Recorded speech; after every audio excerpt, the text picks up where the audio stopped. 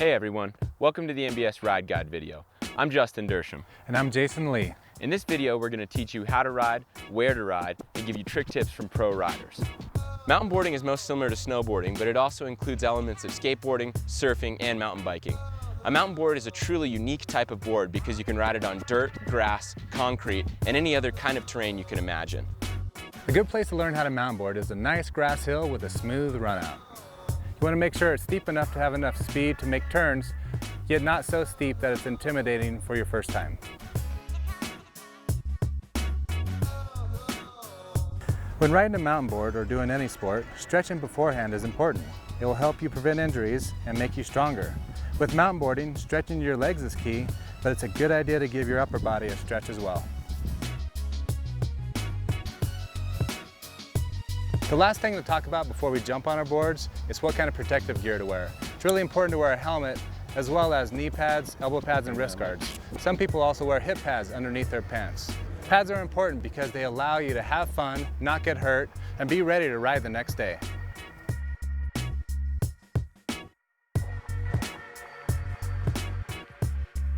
Next, we'll need to determine which foot you ride with forward. In other words, whether you're regular or goofy-footed. This is also known as your stance. If you've ever skateboarded, snowboarded, or surfed before, you'll probably ride a mountain board in the same direction. If you haven't, an easy way to figure it out is to slide across the kitchen floor in your socks. Whichever foot you have forward when you slide is the one you'll want forward on your board. Another method is to stand with your feet together and slowly fall forward. The foot that you step out to catch yourself with should be the leading foot when you ride. One of the first things you want to learn on a mountain board is how to skate or move around on a flat area. There are different techniques for skating a mountain board, but the most common is to put your front foot in the binding and kick with your back foot. Mountain boards have wider trucks on them than skateboards, so be careful not to hit your back wheels with your foot. You want to push with a real wide stance. After you practice skating around on a flat area, you'll be ready to take it to the hill. When you're riding, your basic stance is going to be centered on the board with your knees bent.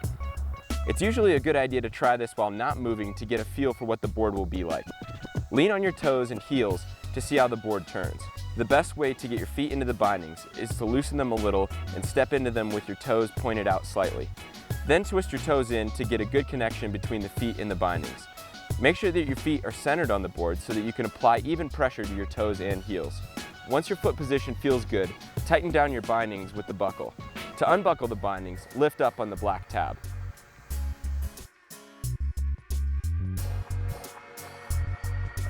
When you're ready, choose a spot that's not too steep, strap on your mountain board. An easy way to start is have a friend hold your tire with their foot while you get on the board. Then they can move their foot and let you ride down the hill when you're ready. To get started by yourself, you can swing your front foot downhill or jump off the ground and turn your board 90 degrees. If you're jumping, use your arms to wind up and help spin you around. Remember to keep your knees bent and your weight centered as you roll down the hill. Now that you've successfully rolled down the hill a couple times, it's time to make some turns. We'll start with turning on your heels, which is known as heel side. To do a heel side turn, start on the hill like normal, but once you get going, put some pressure on your heels. Remember to keep your knees bent, and to initiate the turn, it'll help to put slightly more weight on your front foot than your back. About 60-40 is usually right. You'll feel the board begin to turn. Put more pressure on your heels to turn sharper. Keep the pressure even to hold the turn until you turn all the way uphill and stop. This is called a J-turn, and it's also the easiest way to stop your mountain board once you get going. To do a toe side J-turn, use the exact same technique but on your toes. Once you start rolling, lean into your toes with the weight slightly on your front foot to get into the turn. As always, keep your knees bent and stay committed to the turn. Ride it out all the way until you stop. When doing toe side or heel side turns, it's important to remember that wherever your shoulders are pointing is where your board and body will follow.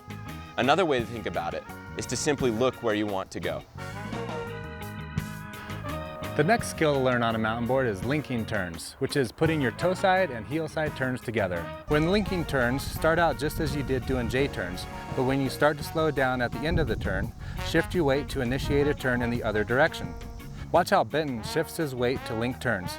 He starts out heel side, takes the pressure off his heels and centers his weight to come out of the turn, then leans onto his toes to start turning the other way. Sometimes going a little bit faster helps make turning easier. The most important thing is to keep your knees bent and commit to each turn. Remember, where your head goes, your body follows. Always look ahead of yourself while you're mountain boarding.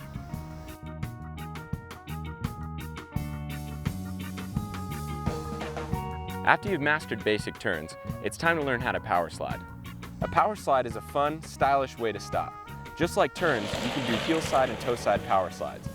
For most people, heel side is the easiest to learn first, but try whatever you feel comfortable with. To do a heel side slide, get low, grab your board between your toes with your back hand, and turn hard into your heels. Throw your front hand behind you onto the ground for balance. This is where gloves come in handy. If you turn hard enough, your wheels will stop turning and start sliding sideways. Once you're into the slide, keep your weight distributed evenly between your feet to keep sliding. The key to a power slide is staying low and using your back hand on the ground for balance. Toe side slides work the same way, but are sometimes a little harder to learn because you can't see where you're going. Nevertheless, if you commit to a hard turn on your toes, keep your knees bent and your front hand on the ground in front of you for balance, you'll get into a clean toe side slide. A variation of the power slide is a 180 slide. This is done by going into a normal power slide, but instead of stopping, shift your weight back down the hill and continue riding. 180 slides can be done heel side or toe side. We've just gone over the basics of mountain boarding. Now we're going to learn some advanced maneuvers and how to catch some air. We'll start with some advanced maneuvers like nose rolls. Nose rolls are a way to flip your board around quickly and have some fun variations. To do a nose roll, shift your weight over your front foot or the nose of your board, and as you pick your back wheels up off the ground, swing them around 180 degrees in front of you. These can be done front side or back side. Front side refers to when the front of your body faces downhill at the beginning of your rotation, and back side is the opposite. Front side, back side.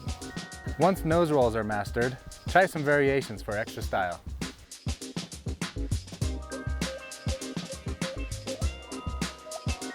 Next, we're going to go over the ollie. Ollies are the main way to jump on your mountain board. First, you'll want to get low by bending your knees. When you're ready to jump, shift your weight to your back foot, flexing the board, and lifting your front tires off the ground. As soon as your front tires come up, jump off your back foot. Ollies take some practice and should be done in one fluid motion.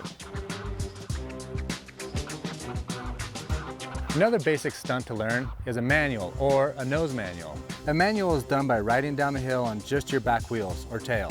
A nose manual is riding on just your front wheels or your nose. Manuals are usually easier, so I suggest try those first. To do a manual, you'll need your weight centered over your back wheel and be able to balance there. To get into that position, you have to pop or jump up into the manual. It's a quick move rather than a gradual leaning back. To do a nose manual, you'll do the same thing, but pop up over your nose instead of tail. When doing manuals, be careful about falling forward or backward over your board.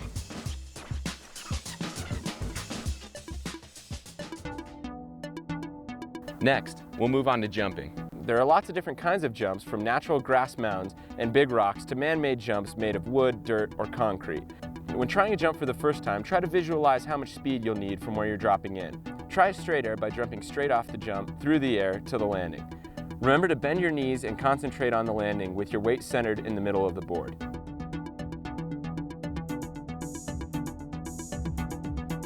Once you're feeling good with the jump, try to style up your straight airs with some grabs. There are dozens of grabs you can do, but some basic ones are mute, indie, and melon grabs.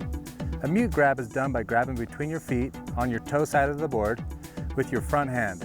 Try the grab in the grass without moving to see how it feels. An indie is the same thing as a mute, but done with your backhand.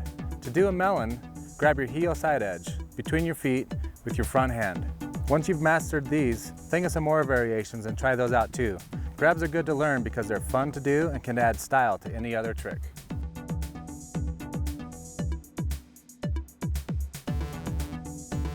If you feel comfortable with straight airs and grabs, it's time to learn some basic rotations.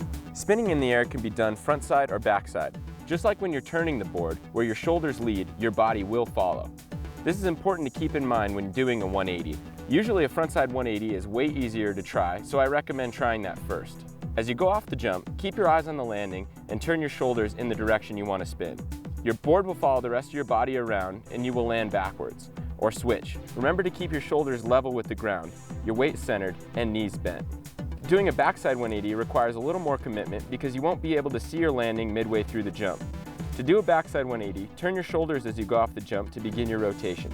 Instead of looking at the landing, look the opposite direction over your shoulder and get ready to spot your landing when it comes into view. Concentrate on landing in the middle of your board with your weight centered. A 360 or a complete rotation requires the same techniques as a 180, but you'll need to get a little more air.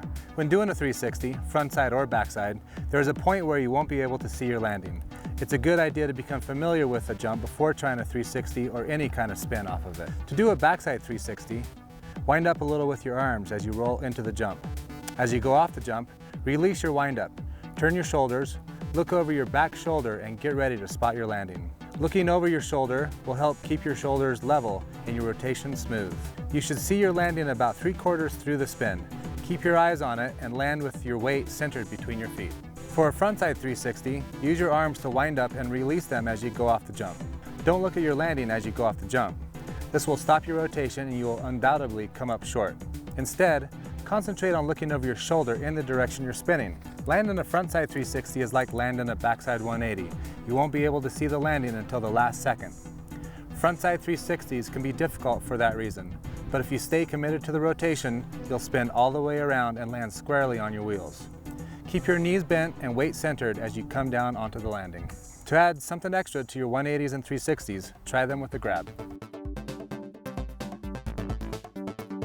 When trying new things on your mountain board, especially jumps and spins, the best advice I can give you is to bend your knees, visualize what you're doing, and commit to it. As always, remember to wear protective gear and have fun out there. For all things mountain boarding, make sure to log on to mbs.com. I'm Justin Dersham. And I'm Jason Lee. And thanks for watching the MBS Ride Guide video. We'll see you out there on the hill.